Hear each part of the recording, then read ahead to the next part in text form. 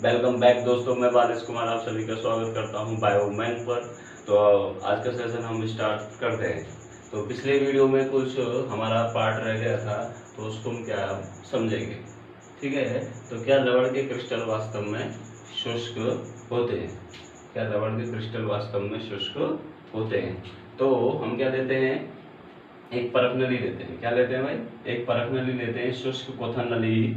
ठीक है, जिसमें हम क्या डालते हैं, कॉपर सल्फेट डालते हैं। क्या डालते हैं?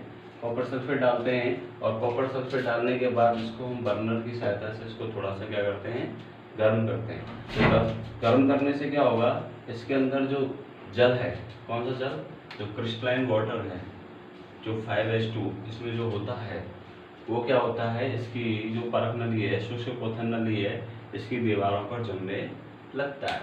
और इसका जो रंग है, जो कॉपर सल्फेट होता है ना, जब उसमें जल होता है तो इस जल का रंग कैसा होता है, नीला होता है। तो जैसे हम धीरे धीरे इसको गर्म करते हैं, तो गर्म करने से क्या होता है, इसका जो नीला रंग है वो गायब होने लगता है। ठीक है, तो इसका मतलब जब हम किसी भी शुष्क जो क्रिस्टल होता है, लवण का जो क्रिस्टल होता है, उसको हम गर्म करते हैं तो उसमें थोड़ा बहुत क्या होता है, जल होता है। तो जल होने से क्या होता है, उसका जल इसकी जो शुष्क क्वथन नली है, इसकी दीवारों पर जमने लगता है और उसका जो कलर है वो चेंज होने लगता है। ठीक है, तो जल यहाँ पर आ गया तो इसका रंग कैसा हो जाएगा, श्वेत हो जाएगा। कैसा हो जाएगा भाई? श्वेत, यानी कि सफेद हो जाएगा।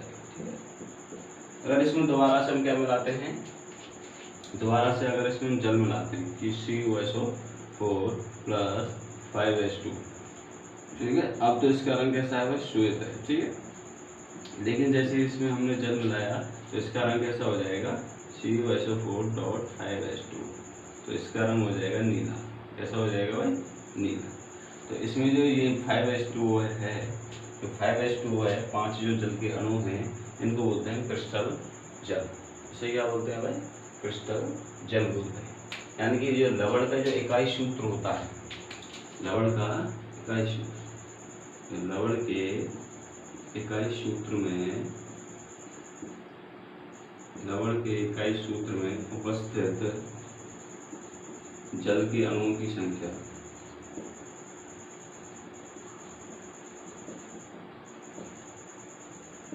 जल के अणुओं की संख्या को हम क्या बोलते हैं भाई, क्रिस्टलन जल बोलते हैं।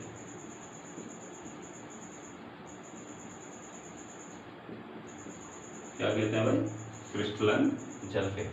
ठीक है, तो इसका जो रंग है, तो ये कॉपर सल्फेट है। वैसे इसका जो सामान्य अवस्था में जो रंग होता है वो नीला होता है, लेकिन जैसे हम इसको गर्म करते हैं तो इसमें से जल के अणु क्या होते हैं, शुष्क क्वथन नली की दीवारों पर जम जाते हैं, जिससे इसका रंग कैसा हो जाता है, श्वेत हो जाता है।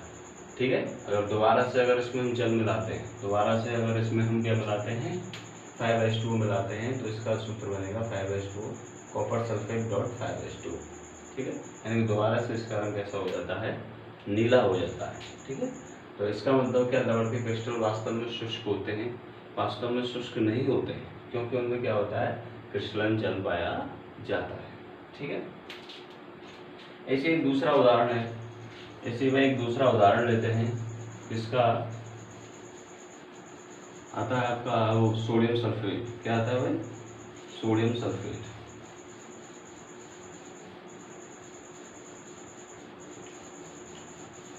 सोडियम कार्बोनेट आता है। क्या आता है भाई, सोडियम कार्बोनेट। जो धावन सोडा होता है उसमें क्रिस्टलन जल पाया जाता है।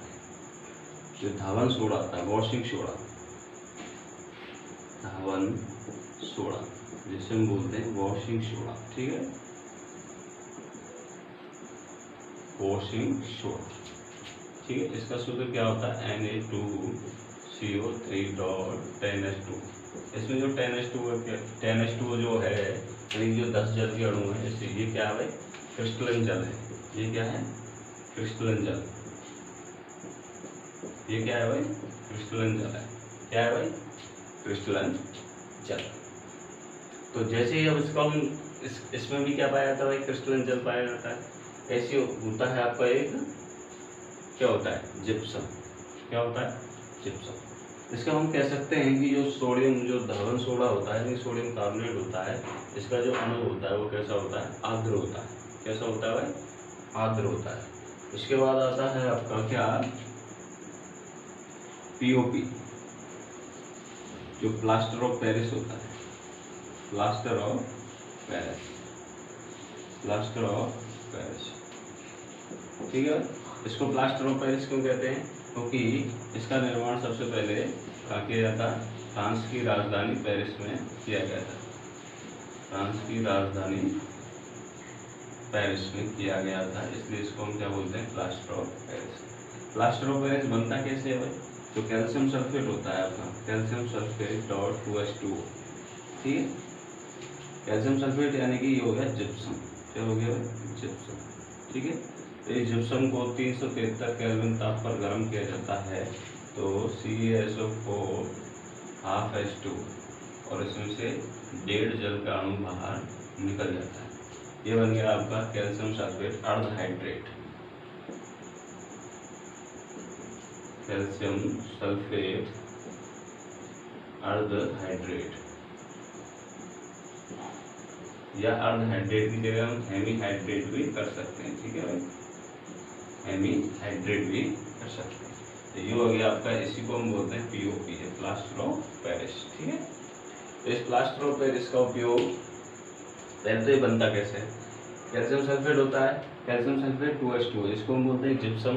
तो जिप्सम को 373 केल्विन ताप पर क्या किया जाता है, इसको गर्म किया जाता है, तो उसमें से 1.5 जल का अणु बाहर निकल जाता है और आधा जल का अणु कैल्शियम सल्फेट के पास बचता है, तो इसे हम बोलते हैं कैल्शियम सल्फेट अर्ध हाइड्रेट, क्या बोलते हैं, कैल्शियम सल्फेट अर्ध हाइड्रेट या हेमी हाइड्रेट बोलते हैं, इसी को हम बोलते हैं प्लास्टर ऑफ पेरिस। लेकिन इस प्लास्टर ऑफ पेरिस का उपयोग कहाँ किया जाता है, हमारे शरीर की जो हड्डी टूट जाती है, हमारे शरीर की जो हड्डी टूट जाती है तो उसको सीधा करने के लिए इसका लेयर चढ़ाई जाती है, ठीक है, जिससे क्या होता है वो हड्डी सीधी होकर के दोबारा से जुड़ जाती है। तो इसका उपयोग सबसे पहले फ्रांस में किए जाने के कारण इसको हम कहते हैं प्लास्टर ऑफ पेरिस, यानी पेरिस का प्लास्टर कहते हैं। इसका उपयोग टूटी हुई हड्डियों को जोड़ने के लिए किया जाता है। दूसरा उपयोग क्या है इसका भाई, सजावटी सामान बनाने में भी इसका उपयोग किया जाता है, किसी भी चीज़ को चिकना बनाने में भी इसका उपयोग किया जाता है। इसके भाई खिलौने भी बनाए जाते हैं, इसके पीओपी के, यानी कि प्लास्टर ऑफ पेरिस के खिलौने भी बनाए जाते हैं। तो ये आपका जो चैप्टर 2 था उसका कुछ पार्ट रह गया था, तो उसको हमने यहाँ पर कवर कर दिया है, ठीक है भाई। तो आगे हम पढ़ेंगे 3rd चैप्टर आपका धातु एवं अधातु, धातु एवं अधातु का फर्स्ट पार्ट अब हम पढ़ने जा रहे हैं, धातु एवं अधातु।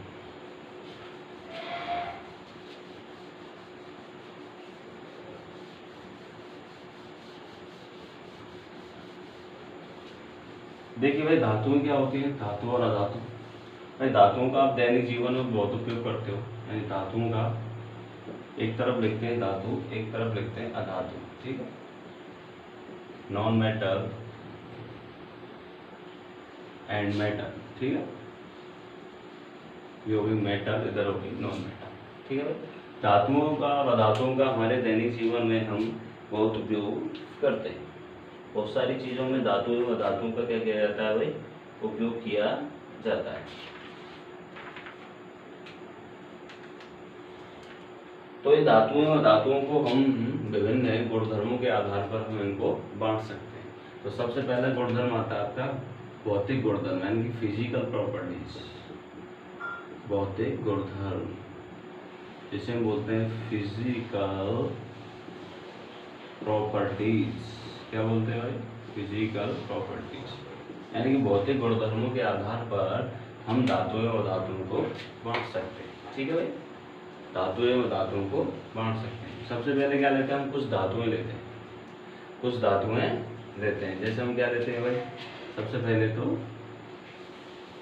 हम क्या लेते हैं, कुछ धातुएं लेते हैं। क्या लेते हैं भाई, कुछ धातुएं, जैसे हम क्या लेंगे भाई, जैसे हमने लिया लोहा, सोना, चांदी, ठीक है, सोडियम, पोटेशियम, ठीक है, इन सारी धातुओं को लेते हैं, इन सबको इकट्ठा करते हैं और इनको रहीमात की सहायता से अच्छी तरह से साफ कर देते हैं, ठीक है। तो जैसे ही हम इनको साफ करते हैं तो इनमें क्या पाई जाती है भाई, सबसे पहला गुण अंदर आता है धात्विक चमक पाई जाती है, क्या पाई जाती है भाई इनमें? धात्विक चमक पाई जाती है, धात्विक चमक पाई जाती है। धातुओं में धात्विक चमक पाई जाती है, जबकि जो अधातुएं होती हैं, अधातुओं में धात्विक चमक, अधातुओं में क्या है? चमक नहीं पाई जाती, धातुओं में चमक नहीं पाई जाती। इसको छोड़ करके इसका अपवाद क्या है? आयोडीन। ठीक है, आयोडीन क्या है? अधातु होते भी क्या है? से चमकदार होती है। इसका अपवाद क्या है? आयोडीन। आयोडीन में क्या पाई जाती है भाई? चमक पाई जाती है। ये इसका क्या है भाई? अपवाद है। तो सबसे पहले इसमें difference between metal and non metal, यानी धातु और अधातु में अंतर क्या होता है? जो धातुएं होती हैं उनमें धात्विक चमक पाई जाती है, जबकि अधातुओं में, सामान्यतः अधातुओं में धात्विक चमक नहीं पाई जाती। केवल अपवाद क्या है? आयोडीन।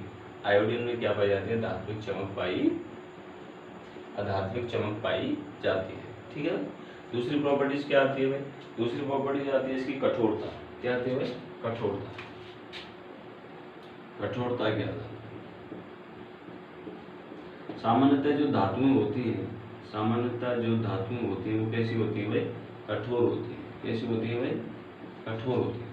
जैसे कि आपकी लोहा हो गया, लोहा हो गया, सोना हो गया, चांदी हो गया, ये सामान्यतः कैसी होती है? धातुएं कठोर होती है।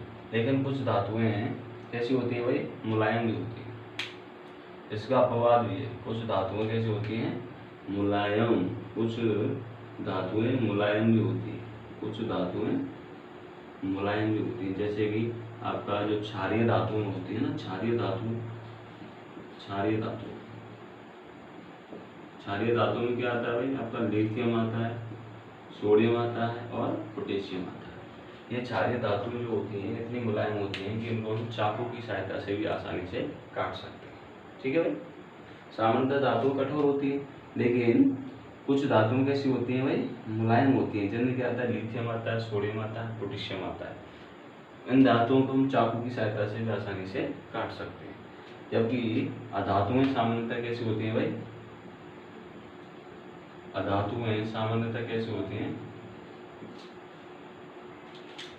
ये कठोर नहीं होती। ठीक है, ज्यादा कठोर नहीं होती, नहीं होती। ठीक है, लेकिन इसका अपवाद क्या है? हीरा। क्या है भाई? अपवाद क्या है इसका? हीरा। हीरा सबसे कठोरतम ज्ञात अधातु है। हीरा क्या है? सबसे ज्यादा कठोर अधातु है। उसके बाद आता है आपका भाई अगला पॉइंट क्या आता है भाई? अगला पॉइंट आता है आघात वर्धनीयता तथा तन्यता। आघात वर्धनीयता तथा तन्यता।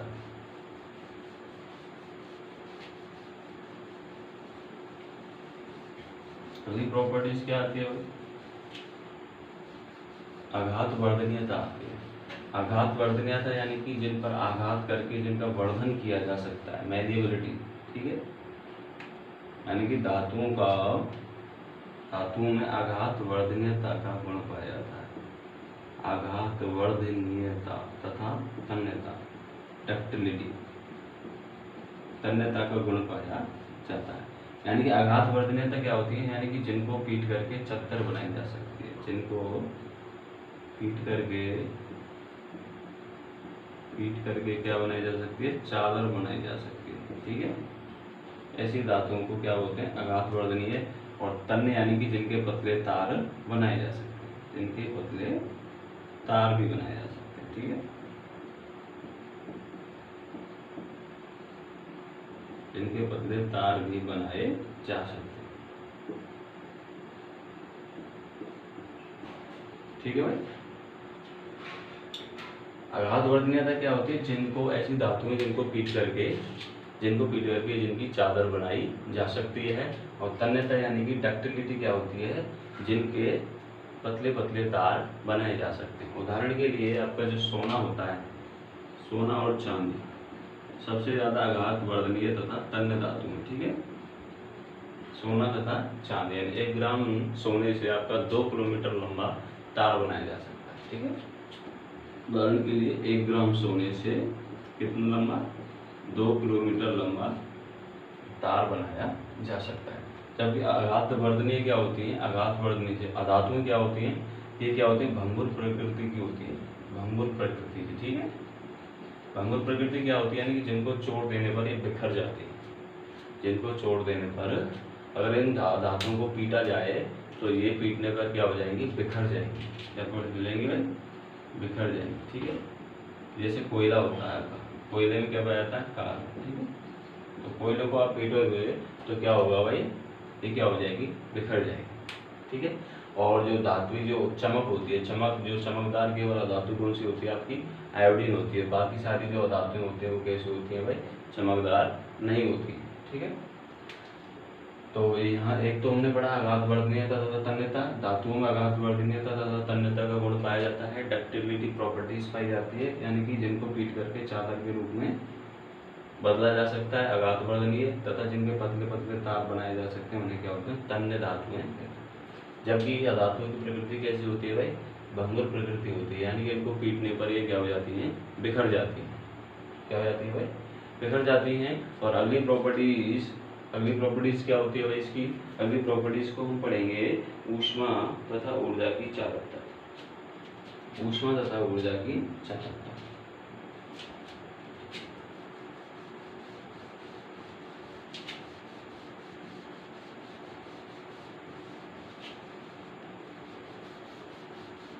जो धातुएं जो होती हैं, क्या भाई, धातुएं जो धातुएं होती हैं वो ऊष्मा की क्या होती है भाई, धातु ऊष्मा की क्या होती है, चालक होती है।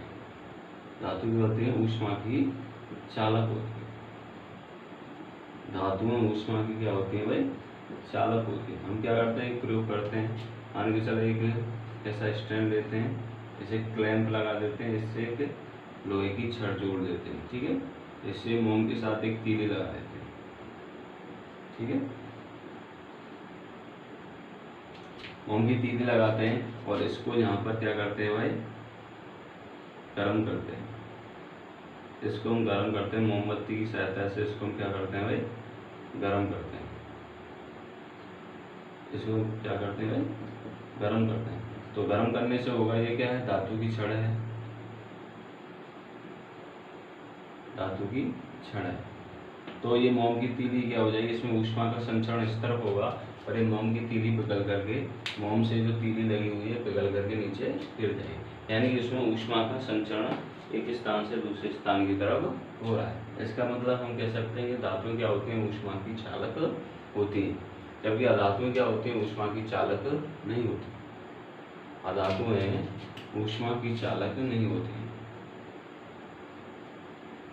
धातुएं ऊष्मा की चालक नहीं होती, ठीक है।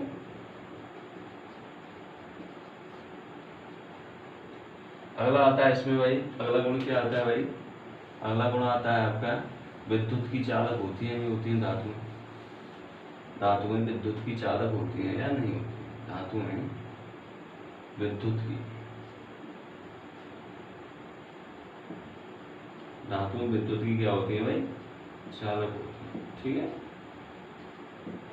जैसे कि आपका जो लोहे के तार है, एल्युमिनियम के तार या चांदी के तार या कॉपर के तार, सबसे अधिक जो चालक धातु कौन सी होती है आपकी, चांदी होती है।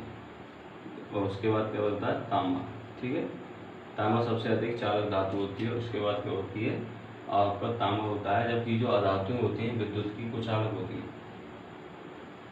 अधातुएं विद्युत की क्या होती है भाई, वो चालक होती है, ठीक है। जैसे कि लेकिन इसका जो अपवाद है, अपवाद क्या है इसका भाई, ग्रेफाइट। ग्रेफाइट क्या होता है भाई, विद्युत का क्या होता है, चालक होता है। और सारी जो धातुएं होती है वो विद्युत की क्या होती है भाई, वो चालक होती है। इसमें भी आपका जो लेड होता है, शीशा, शीशा क्या होता है, विद्युत का क्या होता है भाई, वो चालक होता है। अगला आता है भाई इनका जो क्या, गलनांक एवं क्वथनांक।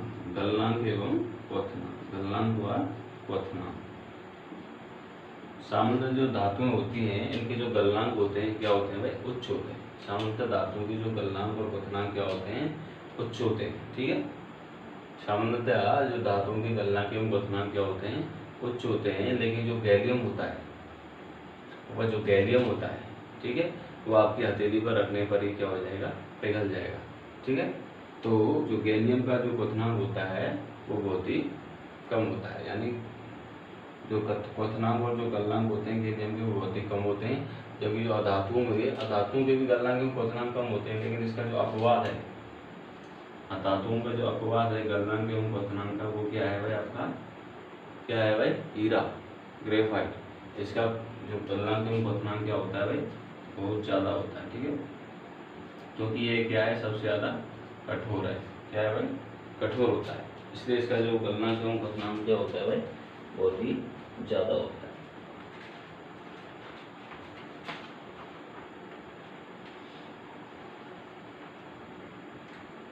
क्या होता है भाई, बहुत ही ज़्यादा होता है।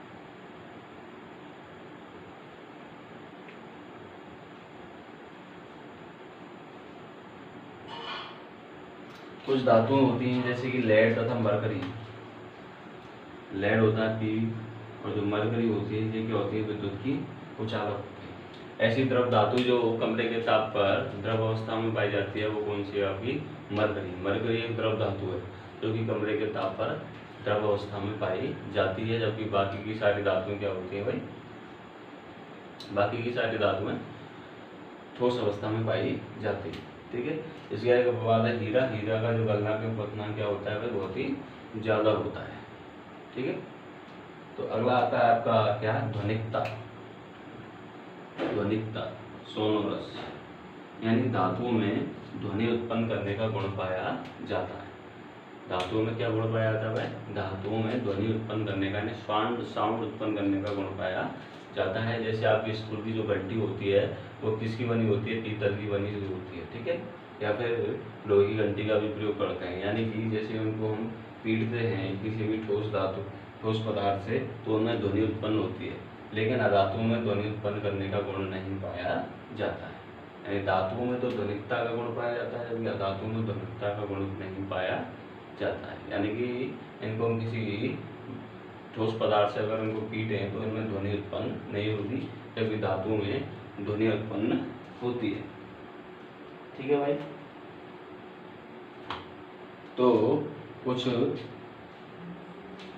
जैसे आपकी जो आपने देखा होगा कि कुछ चीज़ें क्या होती हैं, विद्युत की कुचालक होती हैं, कुछ चीज़ें विद्युत की सुचालक होती हैं।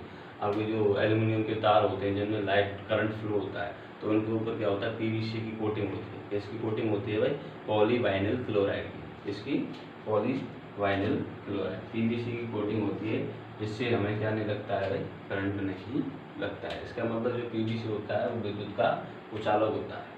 और जो धातुओं की जो ऊष्मा की चालकता का जो गुण होता है वो हमारे लिए लाभदायक होता है। कैसे होता है, जैसे हम खाना पकाते हैं, अगर हम खाना पकाते हैं तो स्टील वगैरह के बर्तनों में पकाते हैं। क्यों पकाते हैं, जैसे वह नीचे से हम उसको स्टील के पदार्थ को क्या देते हैं, ऊष्मा देते हैं, और वो ऊष्मा जो हमारा जो खाना बन रहा होता है उसको ट्रांसफ़र कर दी जाती है। यानी कि धातुओं में ऊष्मा को ट्रांसफ़र यानी कि स्थानांतरित करने का गुण पाया जाता है, जिससे हम आसानी से खाना पका लेते हैं। और धातुओं में क्या होता है, करंट फ्लो भी होता है, ठीक है, धातुओं में करंट फ्लो भी होता है। यानी कि धातुएं विद्युत की सुचालक होती हैं, ऊष्मा की भी सुचालक होती हैं।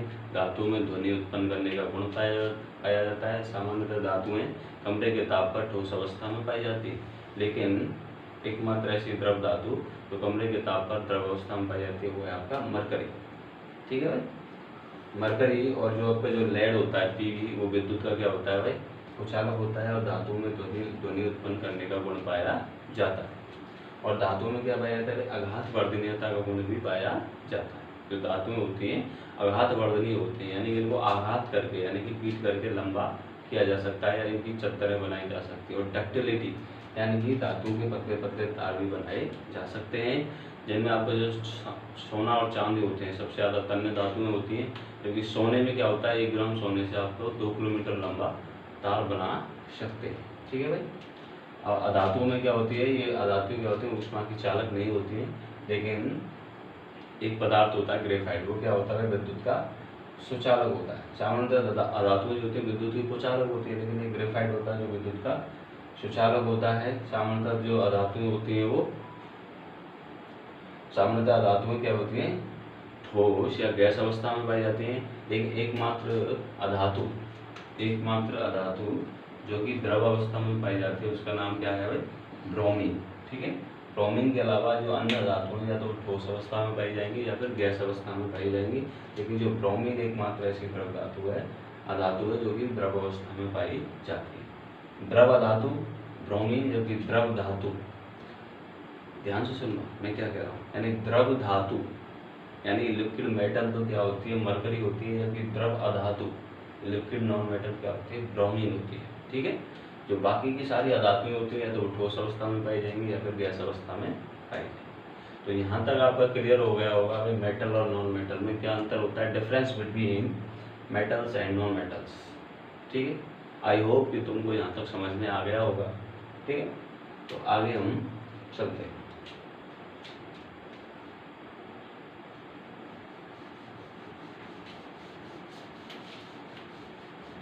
तो देखिए भाई, सारे जो धातु और अधातुएं होती हैं इनको भौतिक गुणधर्मों के आधार पर ही नहीं समझाया जा सकता है। ठीक है, इनमें कुछ क्या अपवाद भी पाए जाते हैं। तो ठीक है, जैसे कि अपवाद मैंने आपको बहुत सारे बताए। अपवाद कौन कौन से बताए? सामान्यतः जो होती है धातुएं विद्युत की कुचालक होती है, लेकिन ग्रेफाइट क्या होता है? विद्युत का सुचालक होता है। जैसे कि सामान्यतः धातुएं क्या होती हैं? ठोस होती हैं, मतलब जो ठोस होती है, या फिर द्रव और गैस, यानी एकमात्र जो द्रव अधातु क्या होती है? ब्रोमीन होती है। और सामान्यतः जो अधातुएं होती हैं थोड़ी सी धातुओं की तुलना में क्या होती हैं? सॉफ्ट होती है, लेकिन हीरा सबसे कठोर अधातु है। ठीक है, हीरा सबसे कठोर अधातु। तो इस तरीके से मैंने बताया कि धातु में धात्विक चमक पाई जाती है, लेकिन अधातुओं में भी चमक पाई जाती है, जैसे कि आयोडीन का मैंने आपको उदाहरण दिया था। ठीक है, तो इन चीज़ों को हम भौतिक गुणधर्मों के आधार पर ही नहीं समझ सकते हैं। तो इसके लिए हम इनके क्या है, रासायनिक गुणधर्मों को भी क्या करना पड़ेगा भाई? समझना पड़ेगा। तो धातुओं के रासायनिक गुणधर्म क्या होते हैं?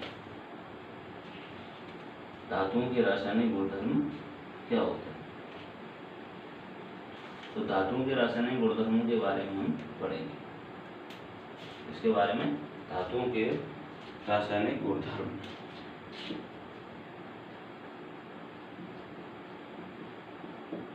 धातुओं के रासायनिक गुणधर्म।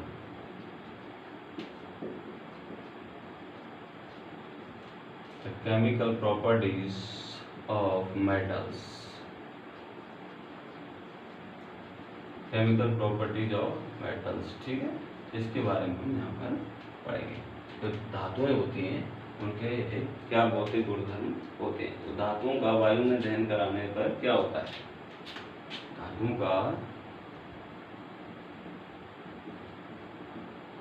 का वायु में दहन कराने पर, वायु में दहन यानी कि जलाने पर क्या होता है?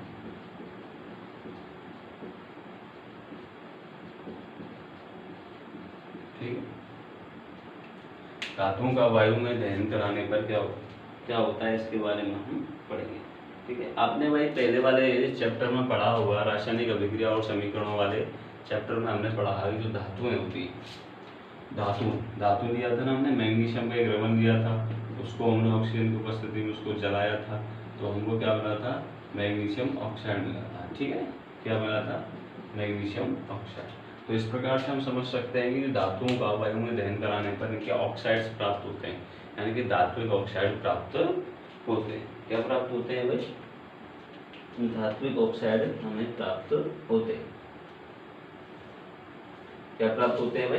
धात्विक ऑक्साइड प्राप्त होते हैं। और ये धात्विक ऑक्साइड क्या होते हैं भाई? क्षारीय प्रकृति के होते हैं। इनकी धात्विक ऑक्साइड की प्रकृति कैसी होती है भाई? क्षारीय प्रकृति होती है। कैसी प्रकृति होती है? क्षारीय प्रकृति इन धात्विक ऑक्साइड्स की पाई जाती है।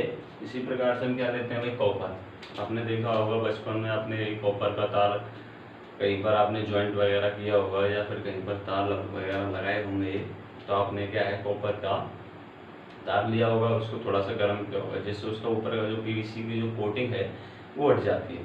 तो हम देखते हैं कि जो वैसे तो भूरे रंग का होता है कॉपर, वैसे क्या होता है? भूरे रंग का होता है, लेकिन जैसे हम उसको गर्म करते हैं तो गर्म करने पर क्या होता है? वायु की उपस्थिति में उसको गर्म करते हैं तो उस पर क्या बनता है भाई? कॉपर ऑक्साइड की काली परत चढ़ जाती है। कॉपर ऑक्साइड की काली परत उस पर चढ़ जाती है, तो इसको बोलते हैं कॉपर ऑक्साइड। तो इसकी भी प्रकृति कैसी होती है भाई? क्षारीय होती है। ठीक है, कैसी होती है?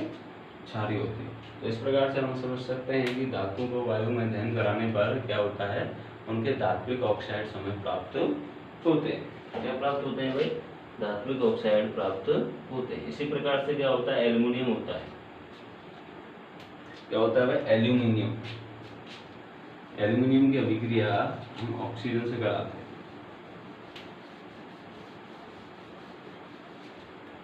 जो एल्यूमिनियम की अभिक्रिया हम किससे कराते हैं भाई? ऑक्सीजन से कराते हैं एल्यूमिनियम।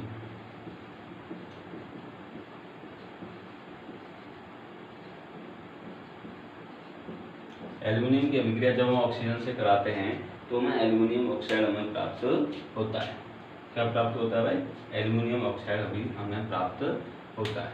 ठीक है, और एल्यूमिनियम ऑक्साइड इसी प्रकार से होता है जिंक ऑक्साइड। जिंक की अभिक्रिया हम किससे कराते हैं भाई? ऑक्सीजन से कराते हैं। तो हमें क्या प्राप्त होता है? जिंक ऑक्साइड प्राप्त होता है, 2ZnO। ठीक है, क्या प्राप्त होता है भाई?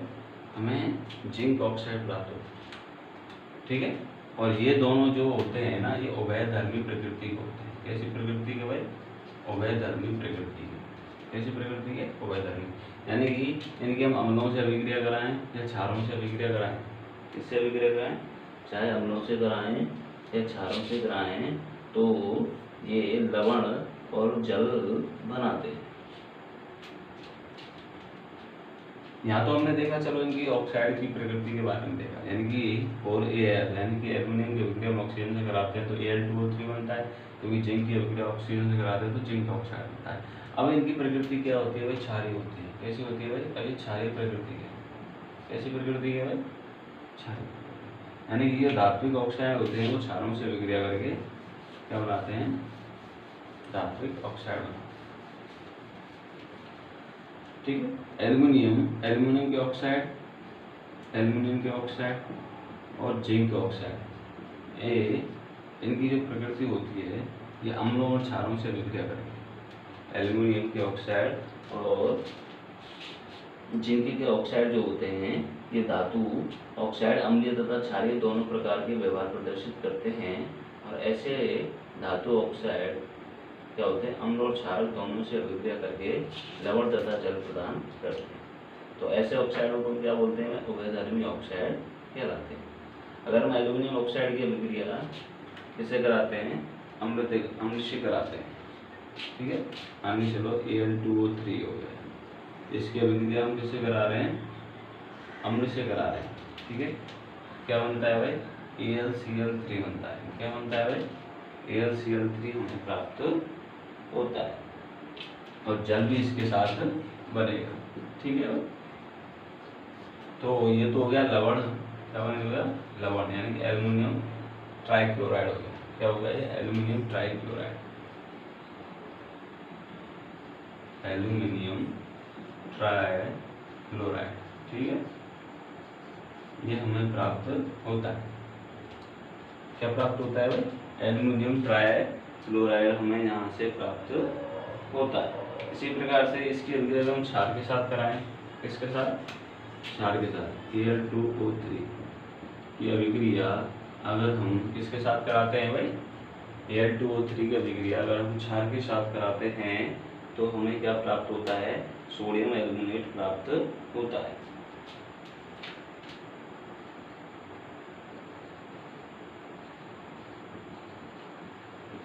प्लस जल इसमें से बाहर निकलता है। क्या निकलता है भाई? जल इसमें से बाहर निकलता है।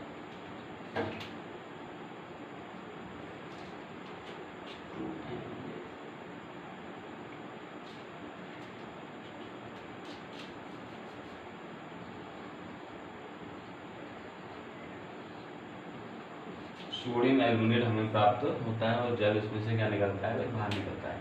तो इसका मतलब एल्यूमिनियम क्या हो गया भाई? उभयधर्मी प्रकृति का होता है, यानी कि एल्यूमिनियम अम्लों से अभिक्रिया कर सकता है और क्षारों से भी अभिक्रिया कर सकता है और दोनों में लवण बनाएगा और जल इसमें से क्या निकलेगा भाई? बाहर निकलेगा। तो ऐसे जो एल्यूमिनियम के ऑक्साइड और जिंक के ऑक्साइड होते हैं इन्हें बोलते हैं उभयधर्मी ऑक्साइड। उभयधर्मी यानी एम्फोटेरिक। कैसे होते हैं भाई? एम्फोटेरिक होते हैं। कैसे प्रकृति होते हैं? एम्फोटेरिक, जिन्हें बोलते हैं उभयधर्मी, एम्फोटेरिक। ठीक है, हमको टैलेक इनकी टेंडेंसी होती है, ठीक है। उभयधर्मी ये प्रकृति के पाए जाते हैं। एल्युमिनियम के ऑक्साइड और जिंक के ऑक्साइड कैसी प्रकृति के पाए जाते हैं? उभयधर्मी प्रकृति के पाए जाते हैं।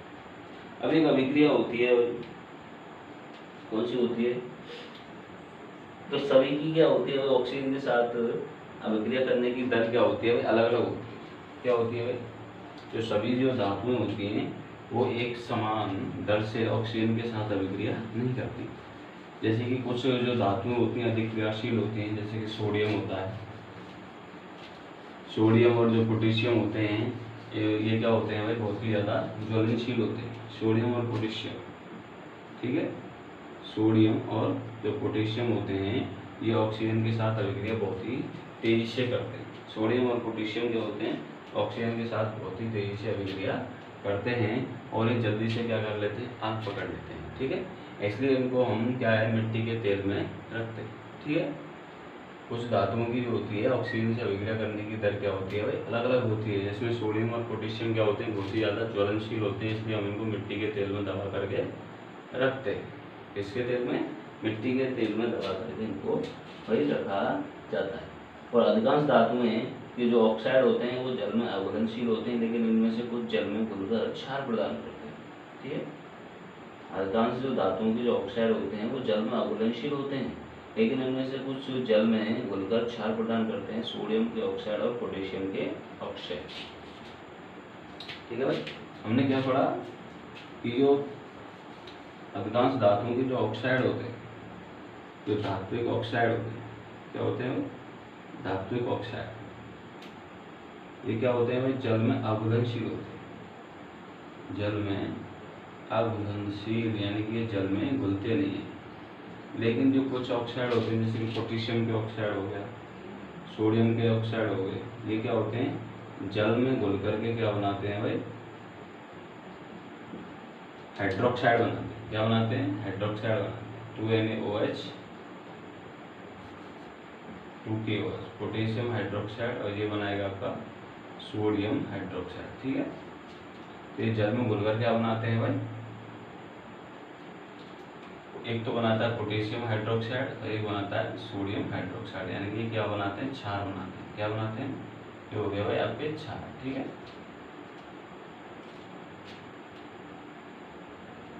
अधिकांश जो धातुएं होती हैं उनके जो ऑक्साइड होते हैं वो जल में क्या होते हैं? अघुलनशील होते हैं, लेकिन उनमें से कुछ पोटेशियम और सोडियम के जो ऑक्साइड होते हैं वो जल में घुलकर क्या बनाते हैं? पोटेशियम हाइड्रोक्साइड और सोडियम हाइड्रोक्साइड का क्या करते हैं भाई? निर्माण करते हैं। पोटेशियम हाइड्रोक्साइड और सोडियम हाइड्रोक्साइड का निर्माण करते हैं।